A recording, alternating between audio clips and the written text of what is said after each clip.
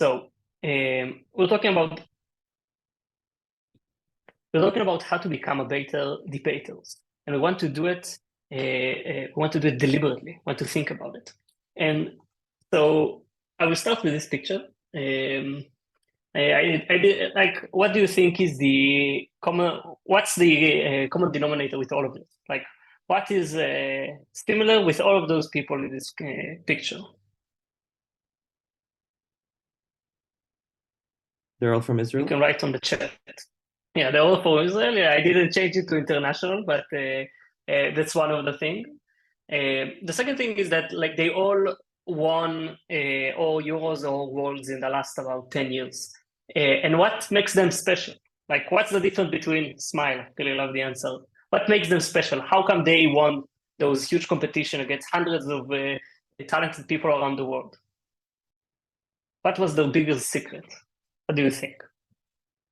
You can all we can talk and you can write in the chat. It's not a test. AI, probably. Practice, luck, consistency. Okay, love it. All of those is true. And I will tell you it in 3 different steps. They set themselves an ambitious goal. They practiced a lot, and they practiced efficiently. So this is like, and each one of them, like this was what they're doing. And what we're going to do in this lecture is basically go over each one of them about how to set your goals, how much do you need to practice, how do you practice effectively, and specifically we're going to look at like how people get better at anything. Okay, so this is what I'm going to share with you now is a method that this is from a lecture from a paper looking at video games players, but basically it's something that is true for the best tennis players and the best chess players and like everyone who is the best at something. It's kind of a graph that shows how do you get better over time, right? We're starting with some kind of a baseline intelligence. When people just start debating, maybe if you saw it, if you saw new people getting into debate, there's whatever they can do, right? Some of them are better than others and they have like more, they get it, they have a bit more experience, maybe talking to a public speaking, or maybe they read a lot on the world. And like, if they would do nothing and they will just get a debate, I don't know, a microphone, this is how good they are.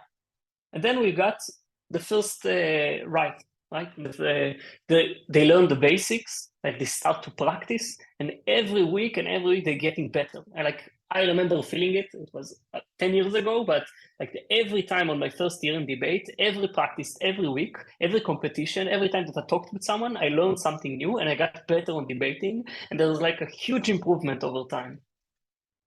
But after a while, it's getting harder. Like maybe on the second year, like I guess you all know I did this deck for second years debaters, but you might be on different place on the path. But a lot of people are feeling they stuck here. Like until now they improved extremely fast, but now they started to feel like it doesn't really work anymore. Like they're joining, they're going back, going to practices, they're going to competitions, but the rate of improvement is getting a lot slower. And it's logical, right? In the first place, you don't know everything. Like there's a lot of things that you don't know. You don't know how to analyze. You don't know how to rebuttal, how to do framing. Like there's a lot of new things. But after you get the basic, it's very hard to find. Okay, so what's the next thing? And I said this is the first plateau. And there's a lot of people, and it's okay. Like you don't have to put everything in debate and take all the time. That they find themselves in some kind of the plateau of mediocrity. Like after the second year, I think like this is how good I am. Like I'm going to competition, I'm getting basically the same speaks, basically the same ranking, and I'm not getting any better. The difference between the one who stuck here and the one who continues is the growth mindset. We will talk about it. Like it's understanding what is the problem, is setting myself goals, is pushing myself more and trying actively to become better than I was in the last round. And I will say this is how you get the people who break. This is how you see the people who get like awesome speeches, and that is also okay. But I think over here we also see some people that getting stuck after a while. Like they got better, they know how to practice, but eventually like you get to people who practice as much as you. Like they did the debate longer than you or the same time. There's always someone that for sheer will, like you're not trying to get to win against people who just started debating, but people who do it the same in you. And some people stay in here, like maybe at a break at a major, which has been great, but not being the greatest. And the last thing that make people actually continue growing, even though they learned everything and they're practicing a lot, is deliberate practice. Is more than just pushing yourself and practicing more. It's just finding, and I'm saying it like in short here, but we'll dig deeper.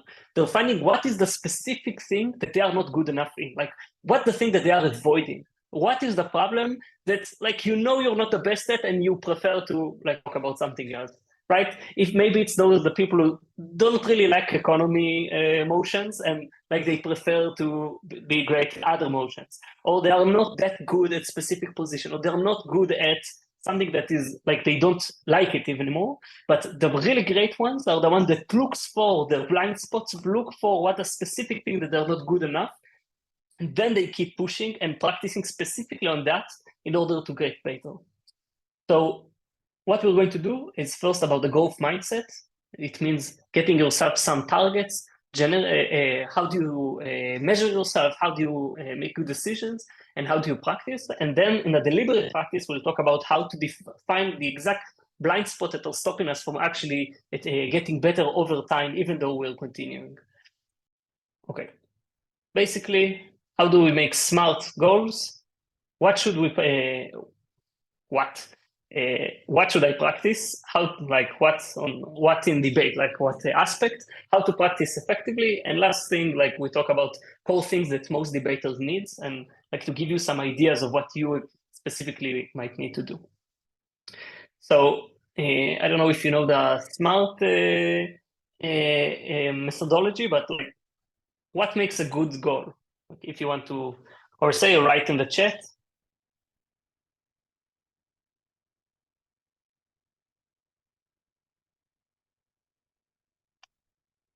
How can you know that you chose a good goal and not a bad one?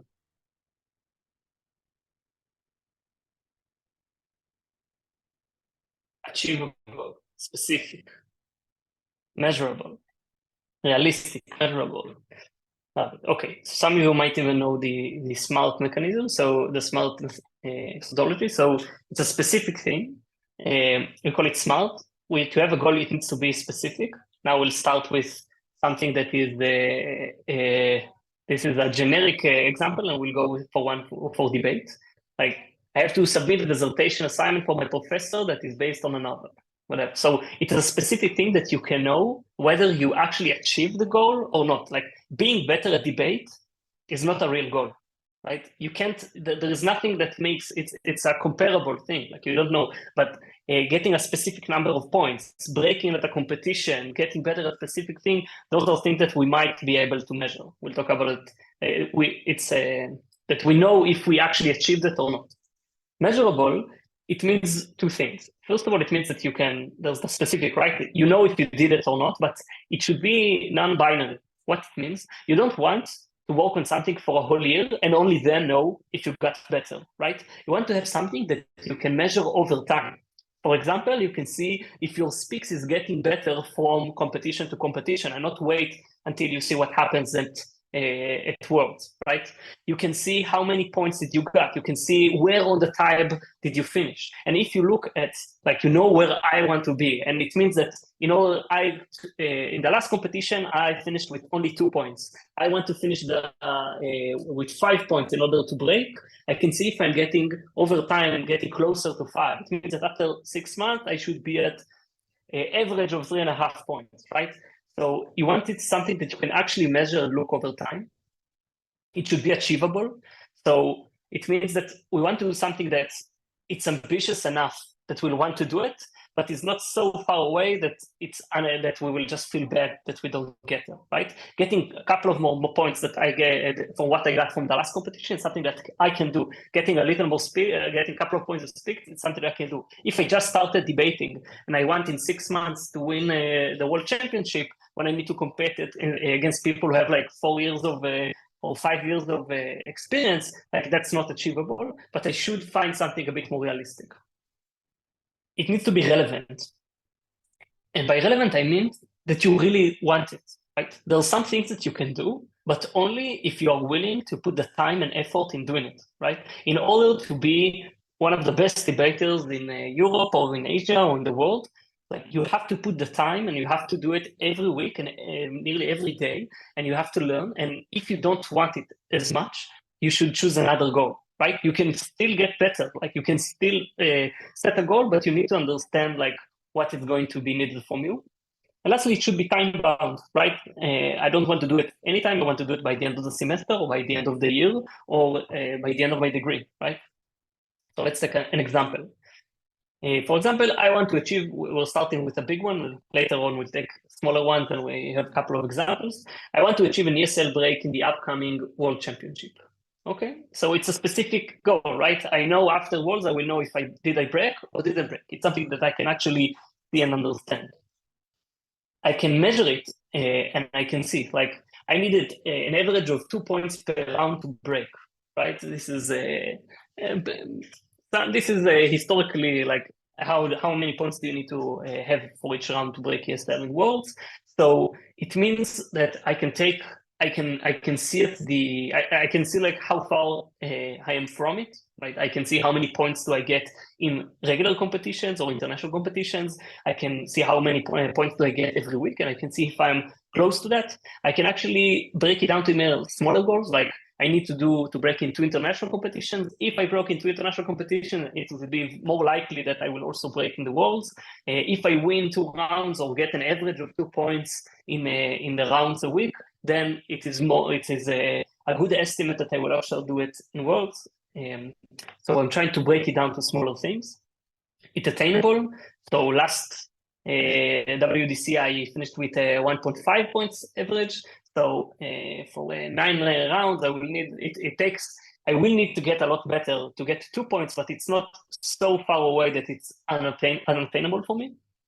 It's relevant because I'm willing to invest the time, right? I'm willing to participate in 2 or 3 rounds a week. I'm willing to go to multiple international competition in order for me to get to the point where I can break in at least 2 of them. And it's time bound, right? I know it's coming in December. I know what I can do. And this is just an example. You don't have to take this one. Like we can take a smaller one, right? I want to achieve my first competition break by the end of the semester, for example. Okay, it all depends on like where you are and what you want to do. I can measure a lot of things. Yes, how many competition have I registered? Like I need to have 4 until the end of the semester, for example. Where did I end up in the tab? So maybe I have a goal of ending in the top 30%, not top 30. How many practice rounds did I participate every week, right? So like I'm taking those and I can see every week or every month how close am I to being able to break by how many rounds I do and how many points do I get, what's my sticks, and I'm taking it over time. Later on, I will I'll show you how do I track those things. It's attainable. I was just missing 2 points to break in my last competition, so I need to get better. If I would win against, I just needed to win against 2 more teams in the last competition to break. It's relevant, so I'm willing to invest this time, and it's time bound. So I will say if you have any questions or like you want another examples or things like that, like feel free to write everything in the chat. What I'm trying to do is like there's a lot of different goals that you can have. You can want to be the best in your society in the next international competition. You can have like I want 2 more points than the last competition that I were into. We want to break. You want to go to the semifinals. Like choose like something that will actually inspire you, that will give you the strength and the motivation to continue. Because if it's not something that is ambitious enough to excite you, that you will want to do it, that you will prefer to do it, then like it's very hard to do all of those things because there's always something else you can do instead of debate or instead of practicing, or it's not very. You have to sacrifice something in order to be better at something, right? Even if it's only your time. So think of where you are, think of what will actually give you satisfaction if you get it by the end of the semester or the year or the month, and then set this goal and think about how can you measure it and how specific it is. So this, where we are here is like the growth mindset, right? The people who just continue to go to rounds, they will get better, right? You see, you keep getting better, only a bit slower. But if you're just going to rounds when you can, when it's convenient, when it's your friend, when it's the semester, and like you don't really track everything, and you just continue to do it and like get better by brute force, like it works. You can get better to a degree. But the only way to continue to grow is to set yourself a target and decide how can I get to it. And then after you achieve it, decide on a bigger target and a bigger target and a bigger target. And this is what I mean. This is what I mean by the growth mindset. How good am I? What are my biggest problems? Where do I want to be by the end of the month or the semester of the year? And this is the first place. Again, we are going in the, later on, I'm going to show you like specific things that you can work on to do to get better at those things. I'll just tell you, like I looked, a lot of people are asking me how much do I need to practice, right? And I looked at I have a huge Excel with every debate session that I ever been in since like about 2016, I think, or maybe 2015. And I looked at the year before I won Euros and asked myself like, how much did I practice?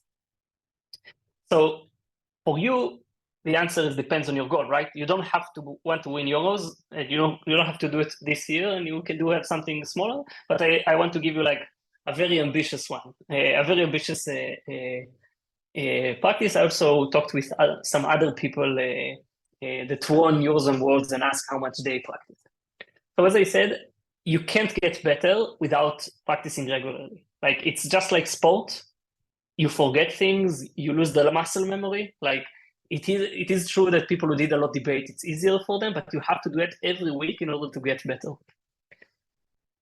And you can't break at competitions if you're not going to competitions, right? If you want to get better at breaking, if you have to learn it, you have to sign for them. And I know like it takes a toll, right? It takes your time. Some people, like let's say that my degree took more time than it should have, because sometimes I made a decision that, okay, I'm going to put this time on debate instead of learning. But again, this is everyone with how much time they have and what they want to do. So as I said, the year that I won the European Championship, I did 183 debate rounds, which was about 3.5 rounds a week for 52 weeks. So I took everything with holidays, with vacations, with everything. I did 183 with all of the competition, with all the practices. It means that basically nearly every week I had two sessions with two debate rounds, one after the other. Some weeks I had a holiday, but some weeks I got some. I went to a competition, but like I did it every week, and I got better every week. I also went to about 10 competitions. So a bit more. I would say just before Euros, I had a lot of them, like maybe even 2 a week, and like at the beginning of semester it was a bit less spread. But again, those were like, and I did it for like 3 years before that. So it was the 4th year, and this was basically what I did for 4 years in order to get to win the European Championship. What I'm trying to say is that you don't have to do it. Like all of you don't need to do all of that. And my first years of debate, I did less than that, right? But I'm just trying to convey to you that if you want to be the best people that like from around the world or from around your continent, like you have to practice a lot and you have to work with it a lot of time. If you just want to get better, you can do it with less. It all depends on the goal that you set yourself. But if you're not going to practice as the hardest, like the other people who are going to be in this final will practice the hardest. So just understand that there's a lot of smart and ambitious people that goes to the competitions, and those are the people that you're going to be against. Yes, it doesn't include preps, podcasts that I heard like I read The Economist cover to cover every week, and I left with a charming debater that we had an argument about everything. So it was a constant practice. Okay, so until now we talked about it a little bit theoretically, right? You need to have some kind of a goal, and you need to work for it. And okay, we got it. You need to practice a lot, but what should I practice? So the way that we know it, and this is what I talked about, the deliberate practice, the one that gets you like on the second hill. This is something that, again, something that comes a lot in high-tech companies they're talking about, or high-achieving companies. It's the feedback cycle. So you're asking for constant feedback. In a minute, we'll talk about from who and how. You follow up on recurring comments. So you want to identify feedbacks that you get a lot of times. It might cost you more and more points. You want to choose 2 to 3, like you want to have something a bit small, specific goals that you want to work on, and you want to practice specifically on that. So if you have some kind of a coach or a mentor or someone that's like, you know them and you think that they're great debaters, it's very great to get like feedback and work with them. You're trying to understand like what is the skill that you need to work on. You want to understand how, like, what do I want to be better at? Like, I want to be better at rebuttal. It means that I will be able to answer like at least the biggest argument I get from the team before me every time. I want to see how much time I want to measure it. Like, how many feedbacks do I get about my rebuttal? Like, how many rounds do I get from the chair that the problem was my rebuttal or that they were great? I want to practice specifically on that. So I know in this specific debate, I might even like lose the round, but my rebuttals are going to be the great, because the things that I'm working on specifically now is not winning debate, but being better at rebuttal. After every round, I'm asking myself, what did I do? How could I do it better? Until I'm getting so good at it that I can go into the next skill. So it's on the, okay. We'll do it here. Okay, so we'll do it with a lot of text instead because my clicks are not working. Who can give me feedback? So that's, everyone is talking about the chair, but a lot of times there are a lot of other people that can give you the feedback that you need, okay? A lot of time I'm deliberately asking the wings, like, what did they understand from my speech? What was their problem? Because you don't want only a chair that judged hundreds of debates and learned to hear even the fastest speeches and the most complex arguments to understand you. Because a lot of time in competitions, like the chair might be from another country, the English might not be the best, like they might not have, not all of them like understand debate the way that you do. And asking the wings for like, what have I done? What did you understand from me? What could I do better? A lot of times give you a lot of perspectives. Talk with your partner.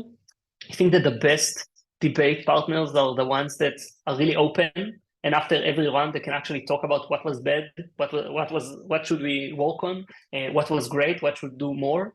And if you have this open conversation, it really helps. You can talk with your coach if you have one in your society about like, here are the last couple of rounds that I did. Let us figure out together like, what should I work on? Like, what was the common problem that we had? And generally everyone, like if you know any debater who is great and you want to learn from them, just ask them, or even if other people in the other people that were in the room. When should you do it?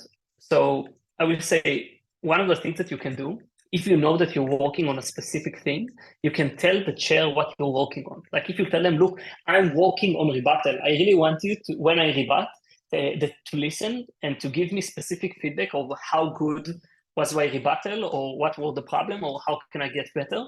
Because the chairs, they need to listen to everything. Like they need to judge the round, and they need to give you feedback, and they don't, a lot of the time they don't know that you're working on a specific thing, and you will get the round and you say, oh, but you didn't give me anything useful about my rebuttals that I'm working on.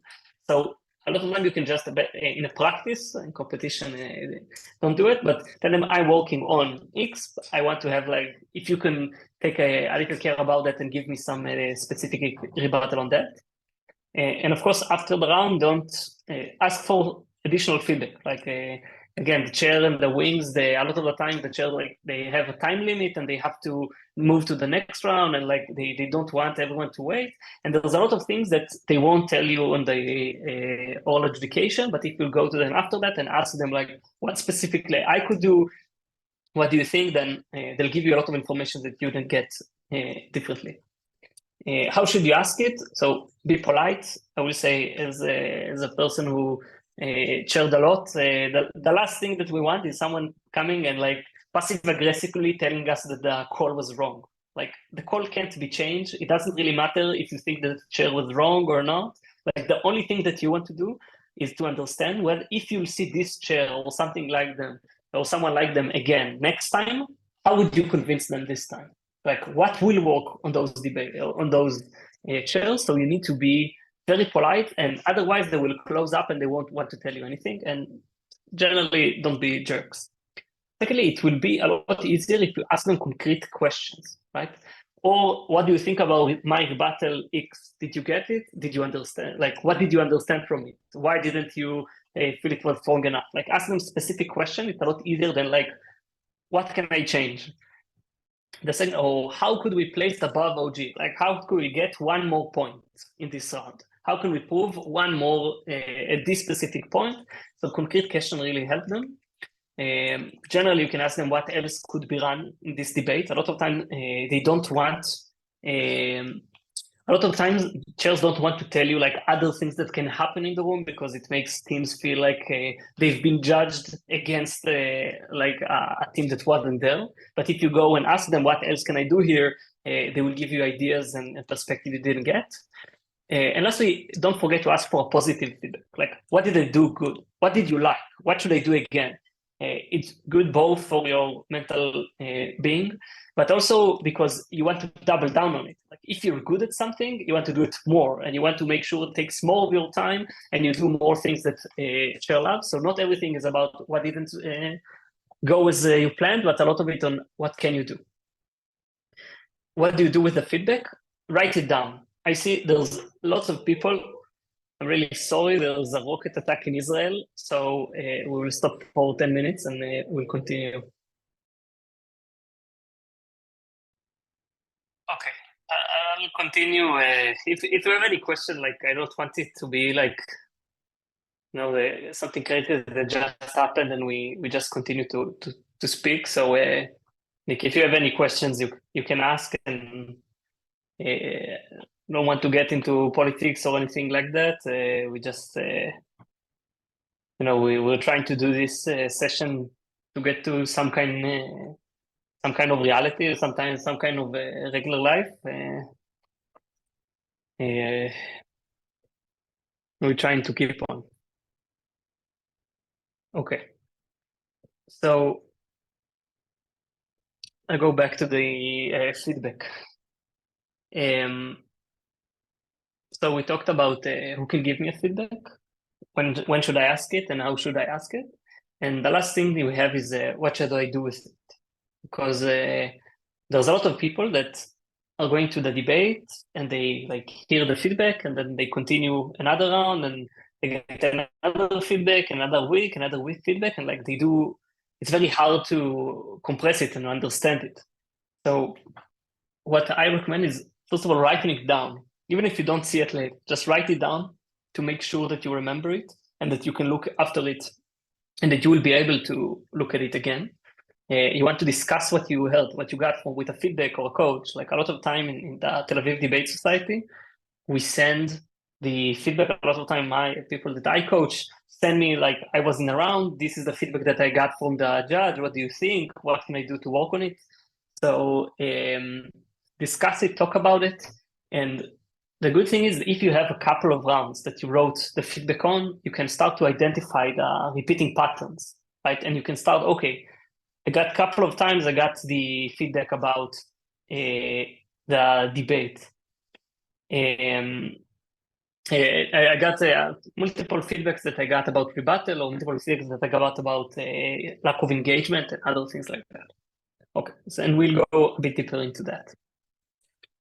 I got a question in the chat of considering debate is a team sport, do you think it's easier to improve with a permanent partner or I'll say from my experience, it's merely you have to have a permanent partner. Like you don't have to do it for your whole debating career, but if you have a partner that you're going, like one of the things that I tell people is find a partner, decide on a competition like 2 or 3 months from now that you're going to go and practice together to this competition. Because a lot of the things that you will need to work about and a lot of the feedback that you will get is about your communication over the round, about your prep, about how do you like how the extension works with the summary, with the whip speech. So you want to do it with someone. I will say a lot of times, like it doesn't mean that your whole debate career. Like if you have multiple partners, or if you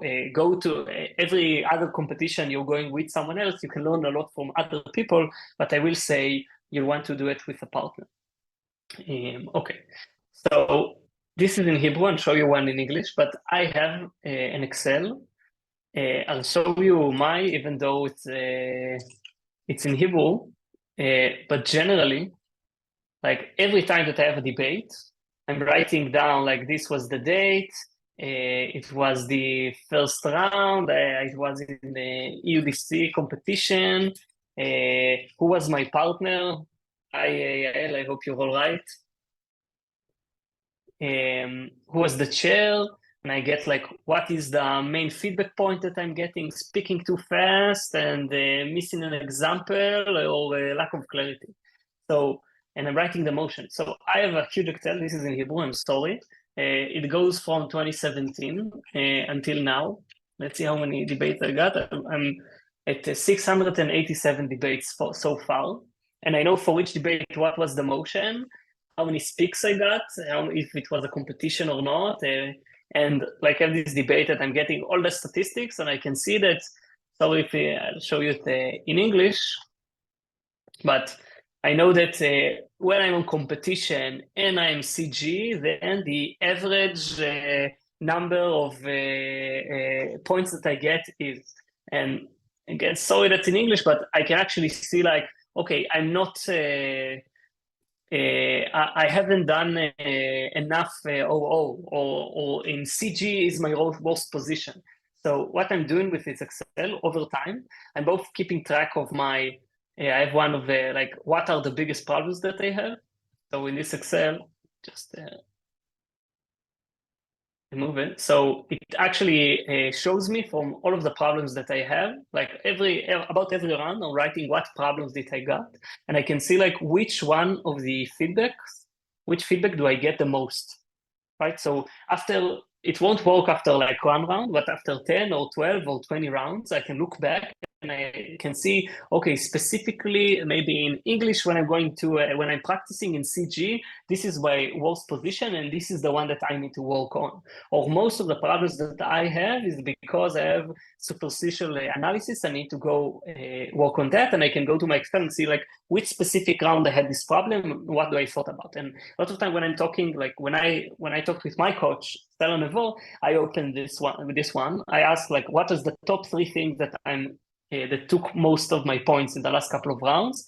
I gave him like, here's the examples of a debate, and then we could find together like what are the specific things that I can work on to improve it.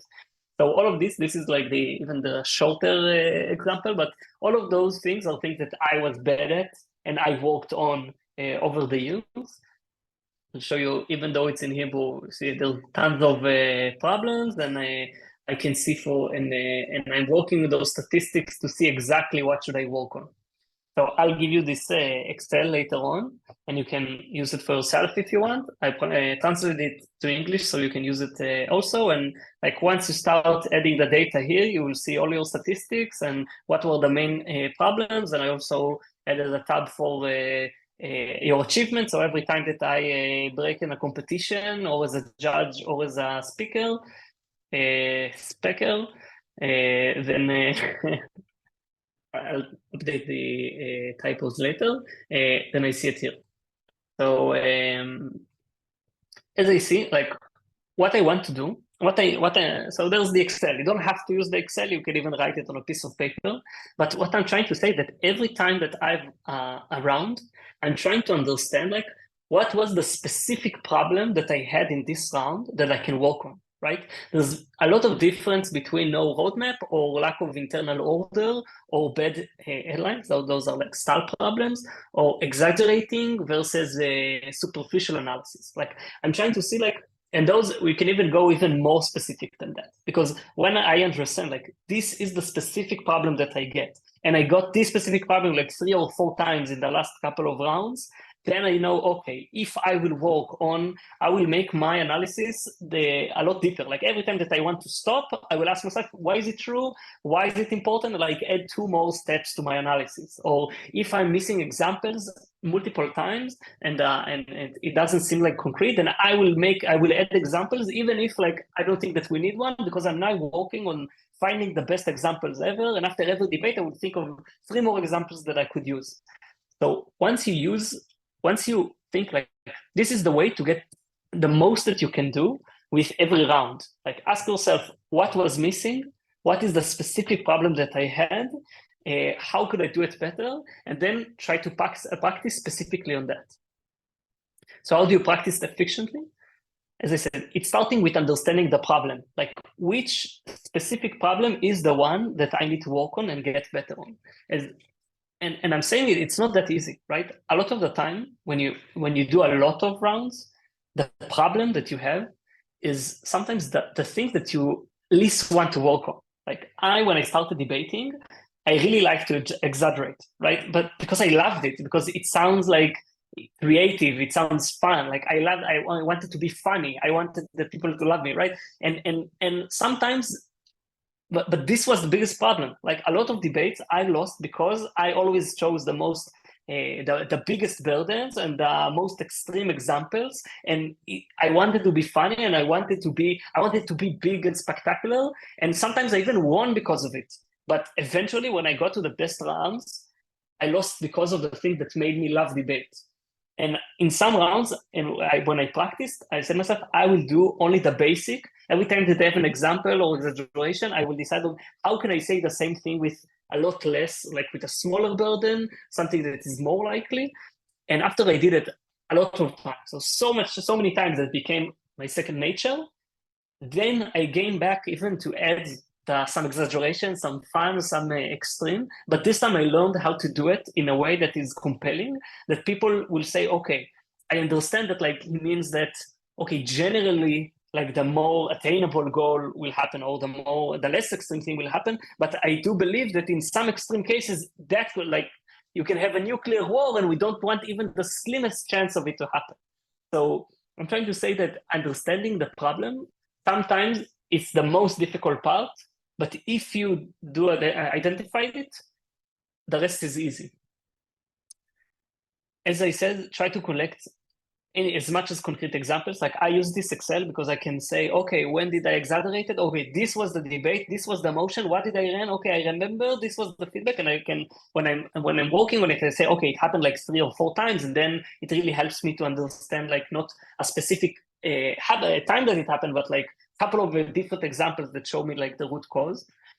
And all the time I'm working with someone else, like with a coach, with a veteran debater, or I'm looking for a YouTube workshop. For example, I wanted to work on a rebuttal. There's millions of YouTube workshops on debate. Like the question is like, which one should I watch? But if you have a problem, then you can even watch like 3 different rebuttal workshops, one after the other, write all of their tips, then decide which one is going to be like which one, and then try them all until you find what you like.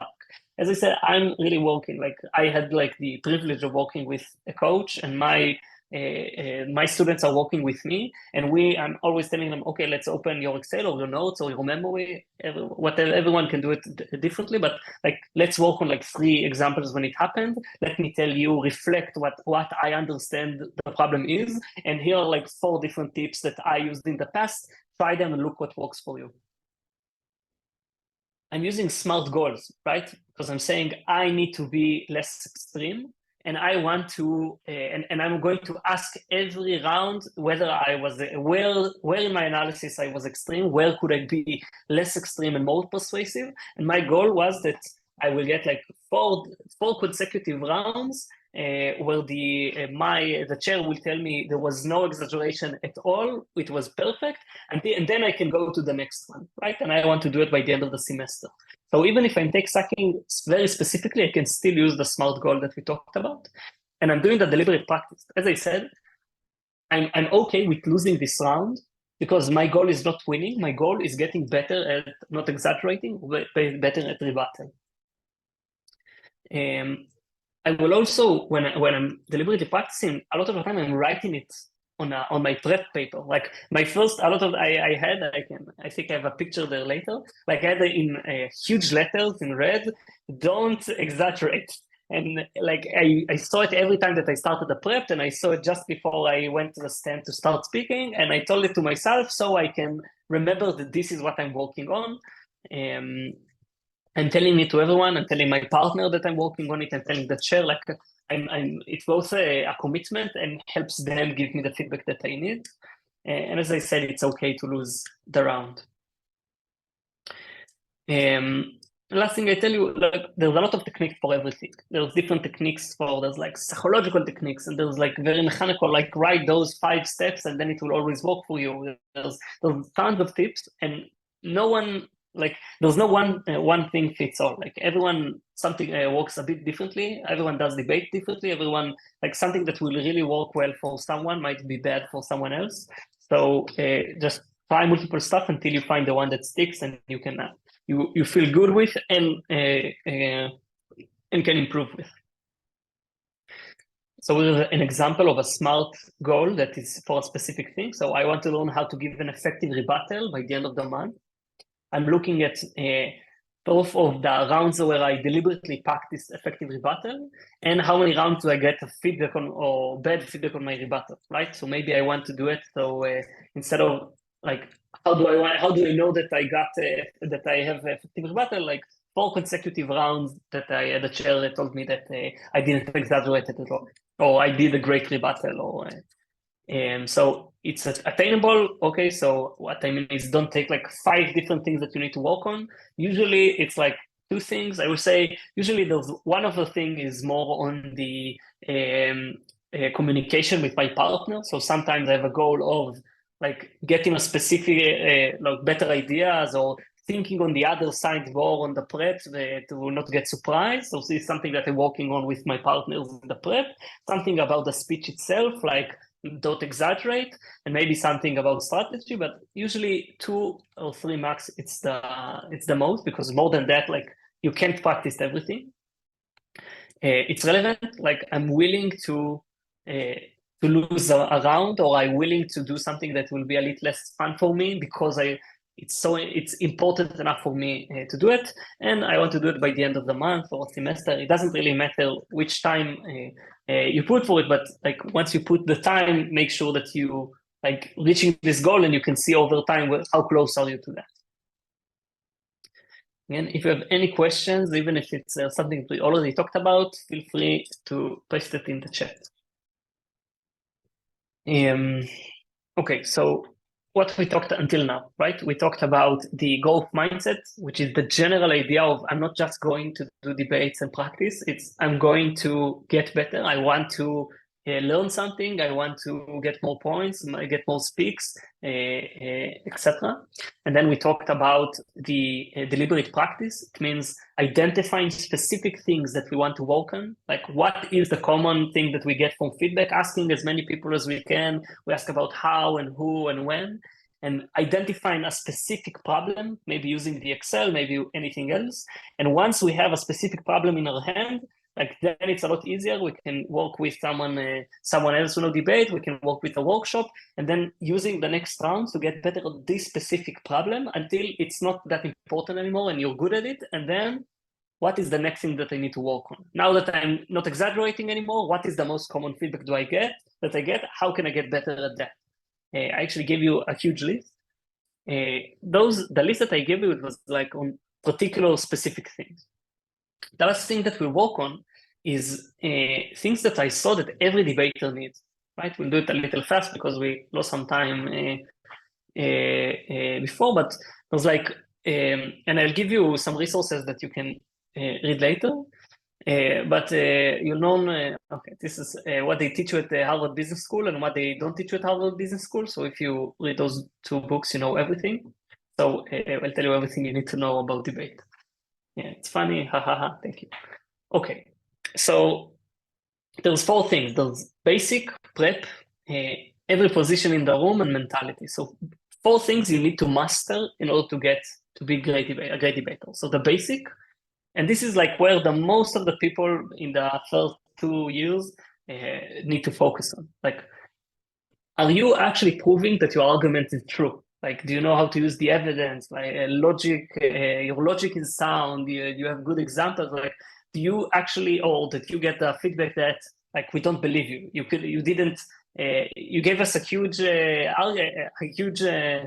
claim, but it was just an assertion. If you don't know, if you can't explain what's true, this is the basic. Start with that. After that, usually people need to work on why it's important, right?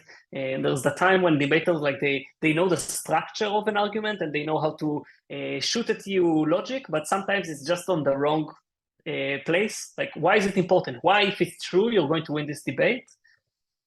The third thing, nearly about the end of first year, people get to that is, why is my argument more important than other arguments, right? After I told you that it's true and that it's important, make sure that you compare it. You compare it with like engagement, with weighing, like this is where people are a lot of time losing it.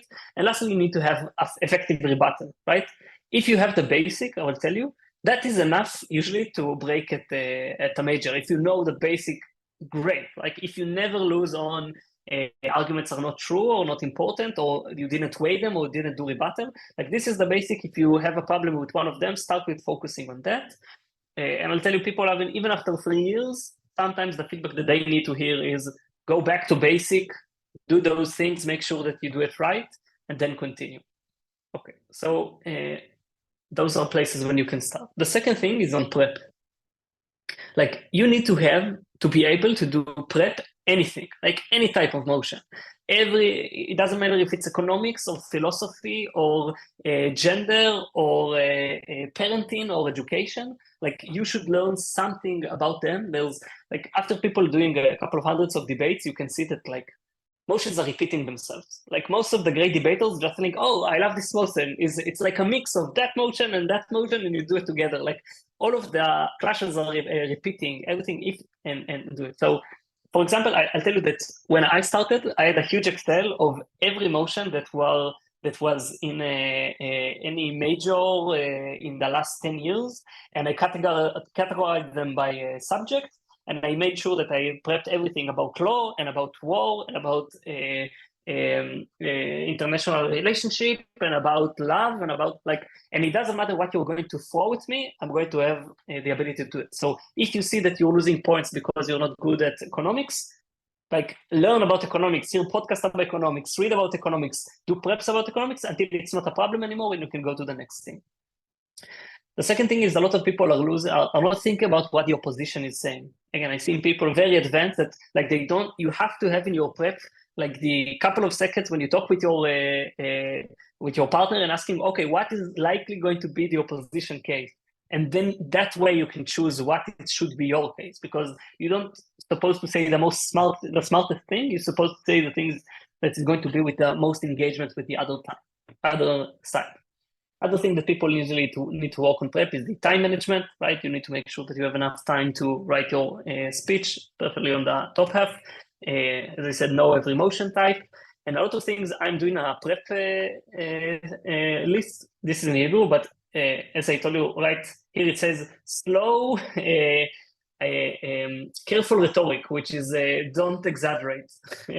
But I have a lot of things. Those are things that I'm reading that I have in my prep, like questions that help me find arguments.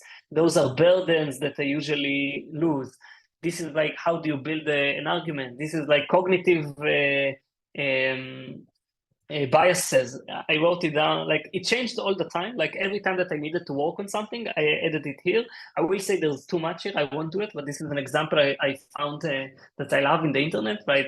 But someone else's page, they wrote themselves calm, slow, reasonable, eye contact, like a lot of things. Like it doesn't matter. You don't need to write a lot of things. You need to make sure that like you always, when you start a debate or prep, you have like the 2 or 3 things that you're working on already written there. And if you have something that you're always missing, just add it to your checklist and make sure that every time that you prep, it's already there. This really helps you to be invincible in preps. Like you're not missing any time. If you have something that's repeating, you're adding it to the checklist, you're just writing it until you don't need it anymore and you can remove it from the checklist. Okay, so we talked about the basic, we talked about prep.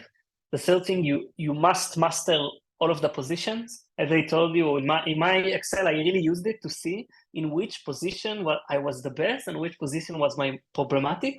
And when I practiced, I asked the tab master and told them like, I need to work on CG. Like, I'm great at CG is my weakness.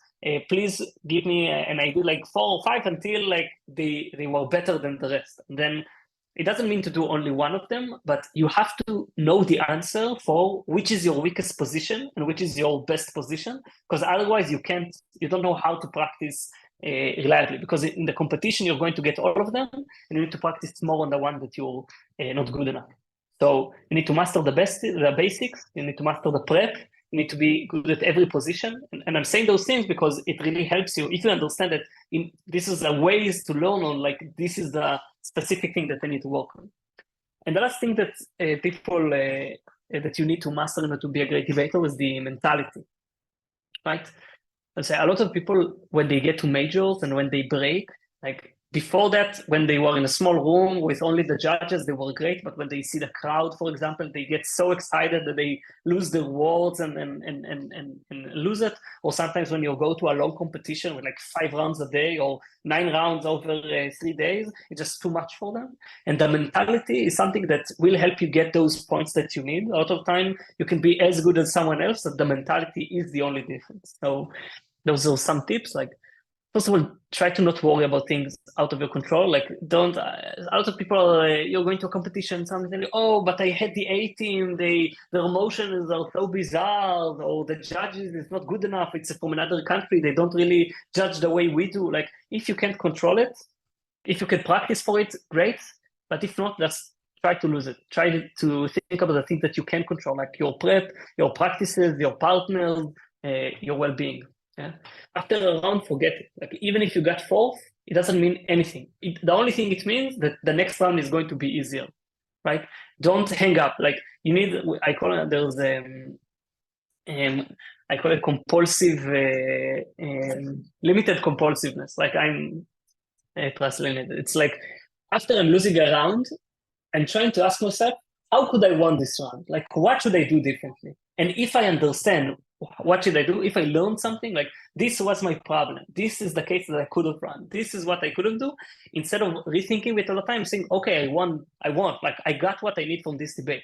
Because my goal is to get better. I know that I'm not going to win everything, but if I understand and I learn something from this round, this is good enough, and it's a win for me. Yeah. Believe in your training. Like if you do the SMART goals and you have all of those practices and all of those competitions, like you are great, you are good, you won other competitions, and like believe in yourself, even if when it's hard, even if one round wasn't good enough. Take care of yourself. This is mainly for long competitions. Like we need to eat, you need to sleep, don't drink too much. Like take if you need. Last time I saw some of our teams in Europe, the heat was too much for them, so we went and we bought like 6 different air ventilators, like small hand fans, and we gave each one of them and told them, take care. We bought like cookies and we gave everyone because they needed sugar. Like try to take care of yourself or your partner. Like this, a lot of times, this is the difference between you and continuing and breaking. Enjoy the success. As I said, not everything is about winning. Like there's only one couple who's going to win the competition. but there's a lot of people who can get better and can win something. Like it could be your first break. You get the best picks that you got until now. You can be higher on the tab. You can just say something like have an idea of a great case that you never thought about and you articulated it and you loved it. Like try to cherish those moments and get them, because those are successes. And this is what the majority of people are going to get. And if you can focus on them and get your energy from them, it will both help you win, but will both make sure that when you finish the competition, you just feel better and you want to do it again. Last thing, as I said, see every failure is a learning opportunity, right? I talked about it a little bit, but like you're not winning is not only getting the most points, is learning. I would say even if you won the room, you should ask yourself, how could I do it better? And if you lose to the room, if you understand what was the problem and like now you understand what you do deliberately practice on next time, like that's a win and that's a great opportunity. You should be proud of yourself. The mental thing, as I said, is the last thing. The order of the things that we talked about, the basic, then prep, then the position, then the mentality, it's usually the biggest jumps that people do. Like you first need to be great at basics, then master the prep, then make sure that you're good at all the positions. Then the only thing that can stop you is you and your mentality, and you're working on that. So what I try to give you here is like the main things that every debater needs to learn over their debating career in order to be one of the best or be a real debater that needs to work on. So we talked about the growth mindset and the smart targets, goals. We talked about deliberate practice and finding the specific problems. We talked about the amazing Excel that Yael will share with you. And now we talked about the specific thing that you can work on. I will finish it with a couple of resources if you want to learn more. There's a great post, and it really helped me when I wanted to how to break it in international by Joe Mayers. It's a very old debater, but a lot of the things that I talked about, he also articulate there. It's a great post. Those are things that about how to get better generally, like 4 things it takes to be an expert, how to practice effectively, talking about a lot of, like we talked about the deliberate practice and growth mindset. If you want some books, so The Power of Habit just gives you a lot of practical examples of how to change habits and get better. A lot of time in debate, it's the same thing. You have a habit of speaking too fast, the habit of exaggerating, and like the same thing that you do here, you can work on. Peak and Outliers, those are 2 books, people that like talk with people who are best at what they do at chess or sports, and like they have a lot of like what makes them tick and why it makes them unique. Again, I gave you the general idea here. The last thing, that's a book that I read recently of Bosser, who was the World Debating Championship, both as a schoolie and in the university. So he has this book that is also is a life story, but also give you the basic of debate. I think just hearing, first of all, someone from another society tell them like how do they see the basics of debate and see the first principle tips in a very, very clear way that someone worked a lot of time on. I think it's very interesting, and I recommend it, highly recommend it for all of you. So that's it. On every like thing that we talk about, we can talk for an hour. Like in Hebrew, we have a podcast that like every week we took something from it and we got a lot more deeper. But I hope you got something. If you have, as I said, any questions, you can still or ask me now or put it in the chat. But generally, thanks for joining and listening. And